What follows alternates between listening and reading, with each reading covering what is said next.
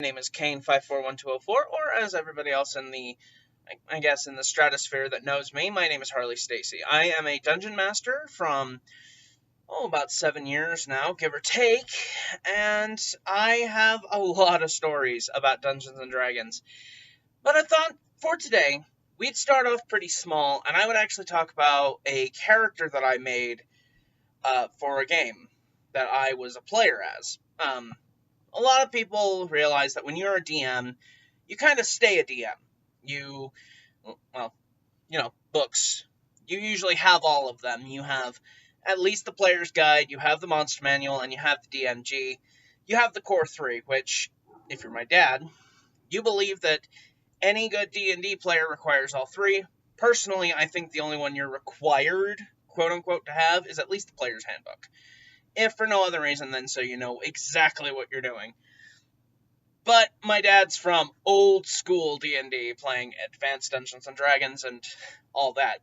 I grew up listening to stories about Dungeons and Dragons. My dad used to tell them. I used to watch a show called Counter Monkey that Noah Antweiler used to do all the time. Huge inspiration there. If you know what's going on there, you know. But I thought that I, as a self-proclaimed DM and player of the D&D Arts of 5th edition, decided that, you know what, I'm going to do a story. I'm going to start telling stories about Dungeons and Dragons, and one of my favorite stories I want to tell is the story of Vivian Bloodcloak. Now, Vivian Bloodcloak is my personal favorite character I've ever made. She and another character are constantly flipping between which one is my favorite, just because of the stories that I've been able to tell with her. Or with them, I should say. Considering that one's a male, one's a female, and this one is about the female. Her name is Vivian Bloodcloak, and she used to grow up in an orphanage. She was actually based entirely off of a Black Widow. Not the character from Marvel, though pretty close. I'm talking more like a Black Widow spider, where when they mate with another spider, they actually chomp off the head of that spider in the middle of it. Yeah, pretty horrifying stuff. I actually based that off into her character. Primarily because I decided that she grew up in an orphanage, like I said. In that orphanage, she was raised to, and I mean this, she was raised to sleep with, steal, and kill anybody that the orphanage had essentially sent her out to do this with. Anybody who adopted her, she was forced to sleep with, kill, and then steal all their shit, and then return to the orphanage. It's actually a pretty lucrative business for them, except for the fact that, most of them are kids. Yeah, it's a little dark. Luckily, when Vivian turned 18, she burnt the place down. Everybody inside it. That is when she discovered that about her lineage. She discovered that she is a child of Baal, the Lord of Murder. For those who do not know, there used to be an old Advanced Dungeons & Dragons game called Baldur's Gate. A lot of you probably do know, because the enhanced editions came out about 3 years ago, if I'm remembering off the top of my head. But the enhanced editions essentially retooled the stories for it. But the original story of Baldur's Gate was about your main character and discovering that they were a child of Baal, this Lord of Murder, and your brother was essentially trying to slay all the other children of Baal, all the other children's and champions, to essentially take the throne as the new Lord of Murder. And I thought to myself, that's actually a really interesting story. It's a shame that it's in a video game that, even though it's still based off of Advanced Dungeons and Dragons, it's based off of Advanced Dungeons and Dragons, which means it's a little more limiting in story progression, storytelling, that kind of thing. Because you have your options that you can choose from, but that's about it. You don't really get to type in, this is what I want to say to this person. So I thought to myself, okay, What if I based her off of a Black Widow spider and this child ball idea? I mashed them together and I made this character. At the time, I was playing Vivian in a campaign that up to that point had not been dark at all. It was a childish romp between, okay, here's the heroes, here's the bad guys, go kill them. Now the heroes get to jack off and have fun.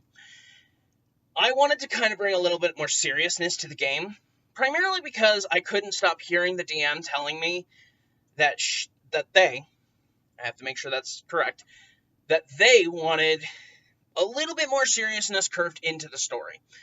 And everyone's backstory had that chance to be serious, but nobody was playing a character that really expressed that and brought the seriousness out. So I was like, okay, I'm going to build the darkest character I can think of and play her.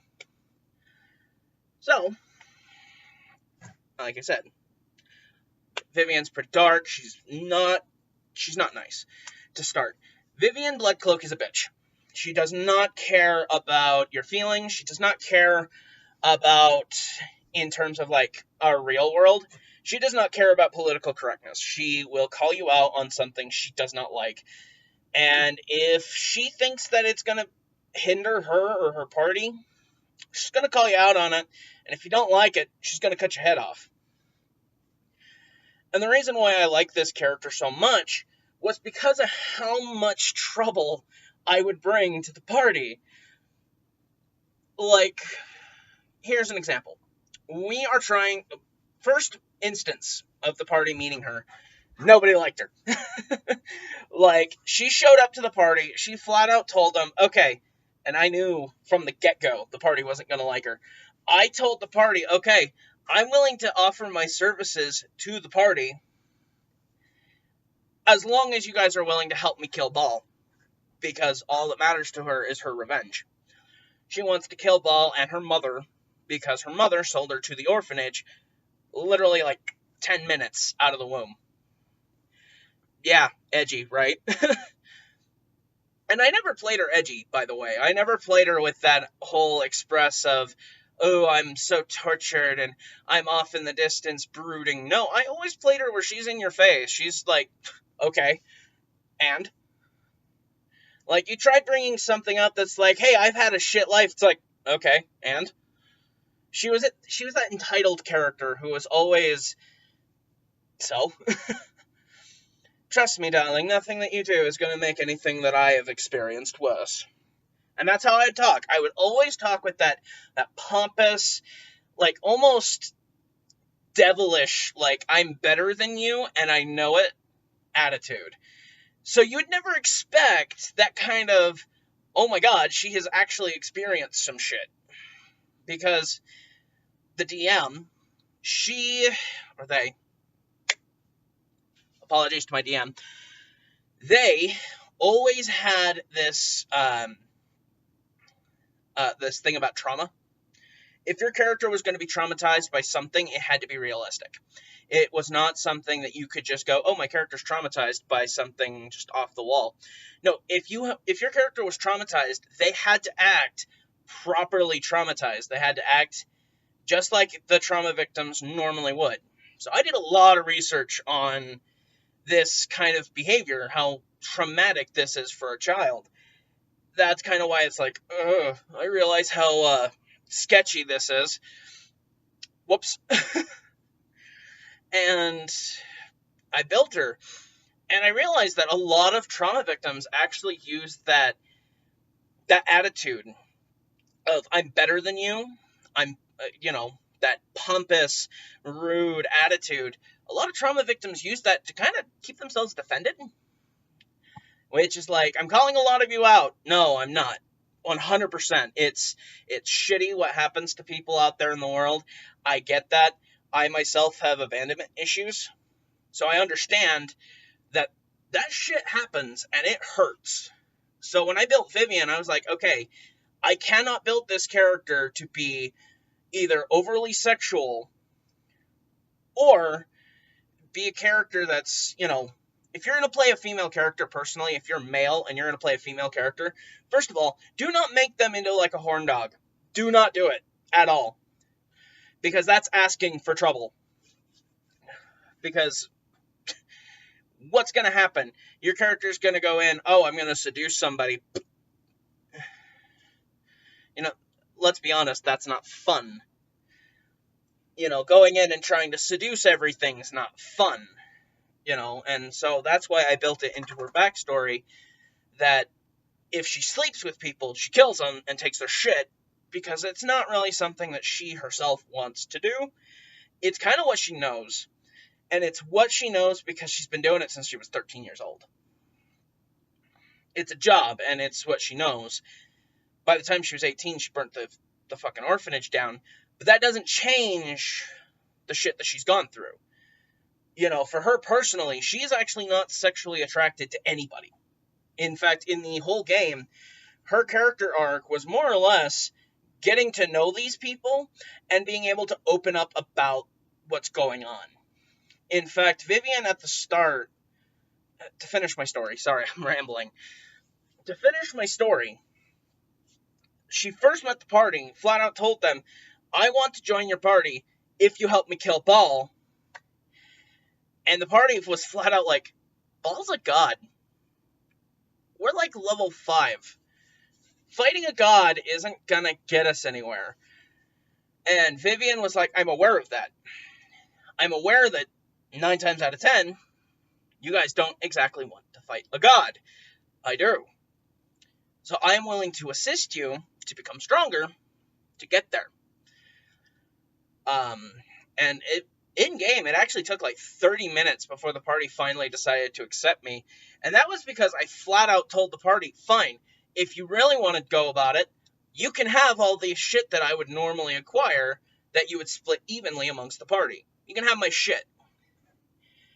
She literally would go out of her way and simply say, okay, you can have the rewards that I would get to help me with this, because all she wants is revenge. She wants revenge on her mother, on Ball. That's what she wants. So material things like money, gems, weapons, stuff like that, she doesn't care. Because to her personally, she can go out and steal that shit. Now that you kind of got an idea of what she's like, I'm going to break down her character now. The highest level I ever got Vivian was 11th level, which saddens me to this day, because I wanted to see at least her get to level 20. I had her levels all planned out. I knew where she was going to go, but that never happened. So here's what happened. She is a rogue. She is a rogue assassin.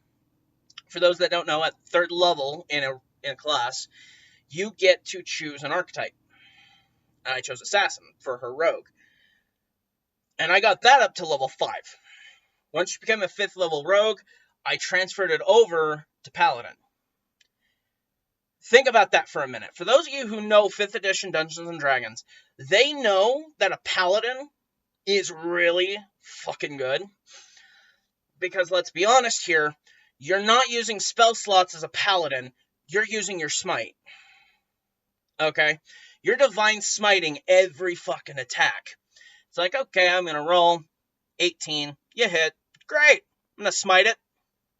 Boom. 25. That is an actual number from a 3rd level paladin. I've seen it. I've done it. I know that that's actually how it works. Oh my god. Smite is so good. But for a paladin, once you hit that level, that 2nd level, you basically become the damage threshold. You are the DPS. And a lot of people think, well, usually a paladin's tank. And you're right. But this tank can actually hit. For a lot. The problem is the paladin doesn't have a lot of spell slots. So by the time you hit 20th level, you can only smite about 8 turns. 8 to 9 rounds. And that's usually you'd be thinking, well, no, that's incorrect. And I'm thinking, well, yeah, if you count the extra attacks and you're smiting every turn. So for Vivian, 5th level rogue, and I dumped the last 6 into paladin. What I was going to initially do was Vivian was going to be a level 11th rogue and 9th level paladin. She was actually a vengeance paladin. Like, no doubt, right? So I was intentionally trying to get her to that skill that makes it to where all her rolls are at least a 10. Yeah, she was going to be really good. So that was the plan. That never really happened, but again, this is why I'm talking about it. Vivian, once she hit level 5, I made her into a paladin. Once she got to level 7, which is where she got her 2nd level in paladin, the party kind of realized how good she was in a fight. Because we ended up in a fight with a beholder. And yeah, I know, beholder at level 7. Yikes. Well, there was only like 5 of us.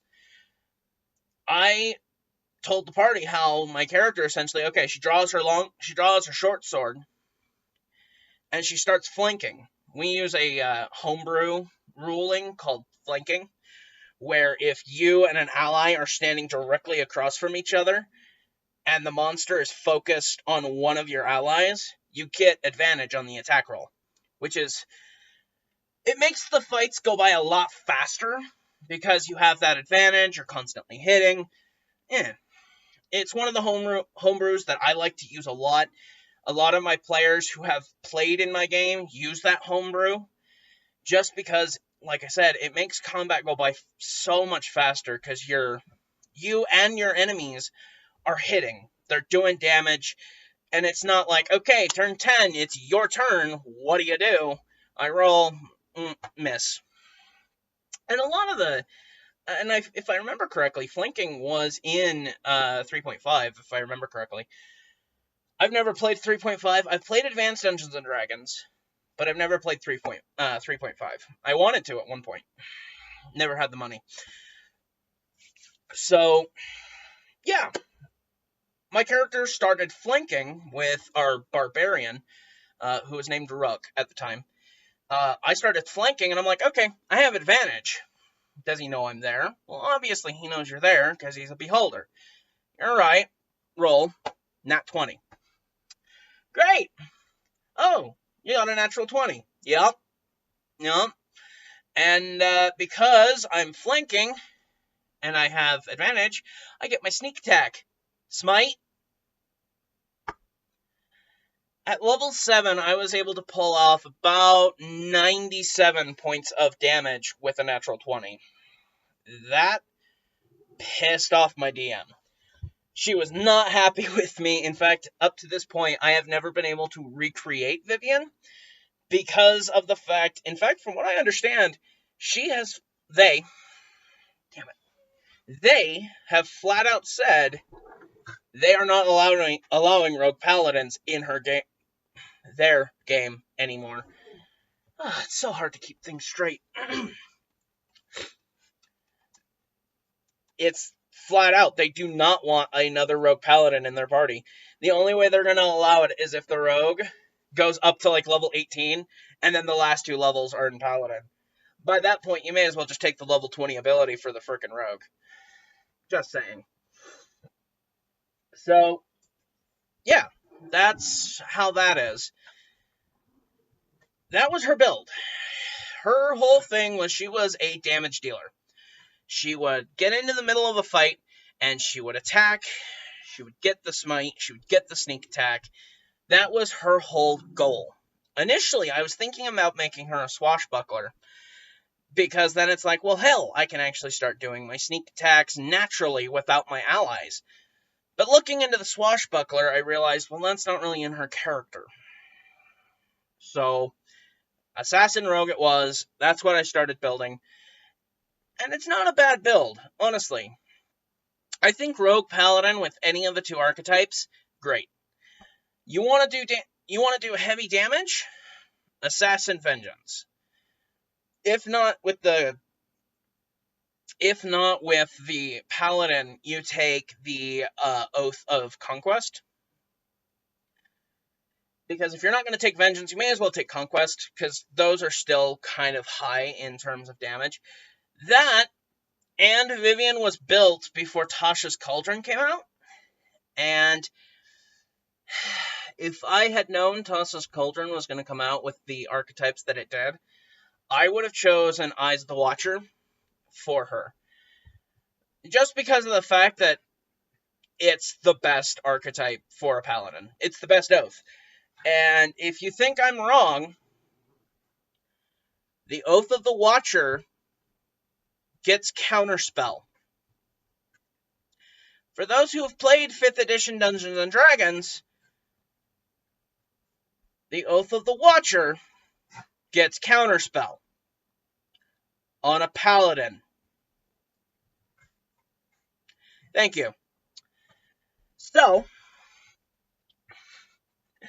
what can you do? So, Oath of Vengeance, Assassin, she hits like a fucking truck. Now,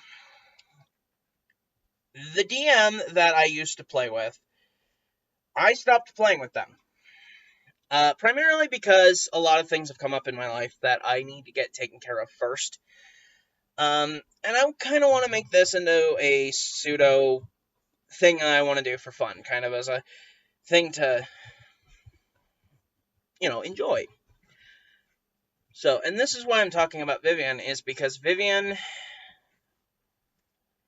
Okay. To kind of get into this, Vivian is one of my favorite characters because of the fact that she personally taught me something.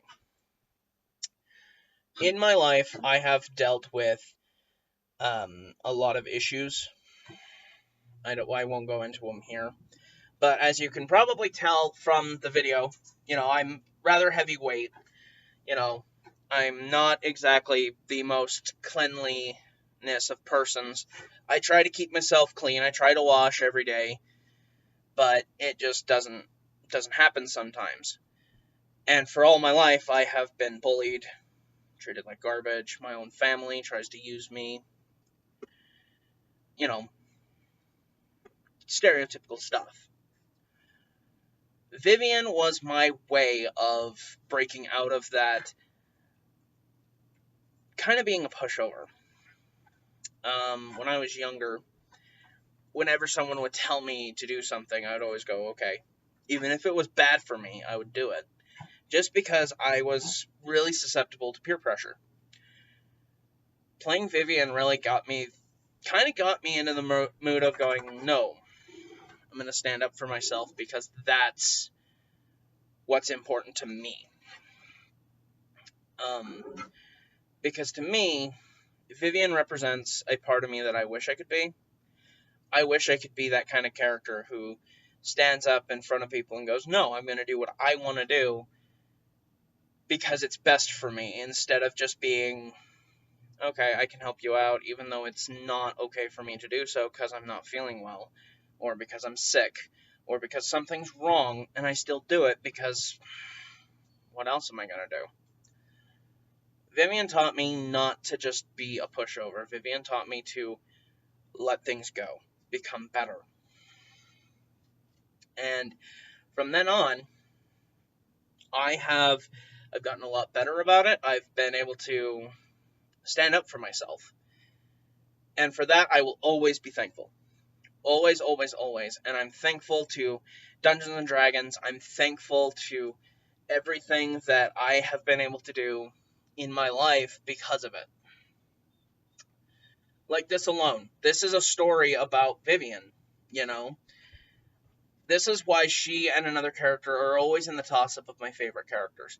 Because they have so much meaning to me. And that's the point I want to get to. Dungeons & Dragons is not just a game for nerds. I think a lot of people on the internet know this. Dungeons & Dragons is a game where you can actually let yourself go. You can be somebody else. You don't have to be Joe Schmo playing Rook the Barbarian. You don't have to be, you don't have to be Jane who's sitting there with a flirtatious sorcerer. You don't have to do what everybody says. You can build a bard who doesn't seduce everything. I mean, I know that's one of the biggest jokes in Dungeons and Dragons. You don't have to go by that mentality, though. If you're going to play a character and you're going to play them the way you want to play them, go for it. Nobody's going to stop you because it's your character. If your DM tells you you have to do it a certain way, they are not fit for playing. You should not have a DM look at you and tell you, hey, you are playing a bard. You should be going into that tavern and seducing everything that walks with two legs. You should not be looked at if you're a barbarian and looked at and said, you have to rage, so you have to be dumb. Dungeons and Dragons is about a game about you. About you and the people that you play with. Your friends, your family, anybody that you play with. For me, I have a game that I run every Wednesday. It's got 2 family members, one of my family members' girlfriends, and 2 of my best friends. And it's one of the best times of my life because I always look forward to it. Wednesday is the one day of my life I look forward to. And it's because of this game. It's the one time I feel that I can be me. And I would never have gotten to that feeling, to that way, if it wasn't for playing Vivian. Vivian Bloodcloak will always be one of my favorite characters I ever built in my life. For me personally, I will never build another ranger, or not ranger, but another rogue paladin ever again, unless I'm building Vivian. And that is because of the fact that, flat out, she is my baby. She is my girl, and she is a part of me. Always. With that in mind, thanks for this, I guess, really, really bright episode. Leave your thoughts in the comments, like, comment, subscribe, all that stuff. Everybody tells you to do it anyway. It's not like I'm going to do any different. I am so glad you guys decided to stick with me for the last 27 minutes. And thanks for understanding. Have a wonderful day, guys.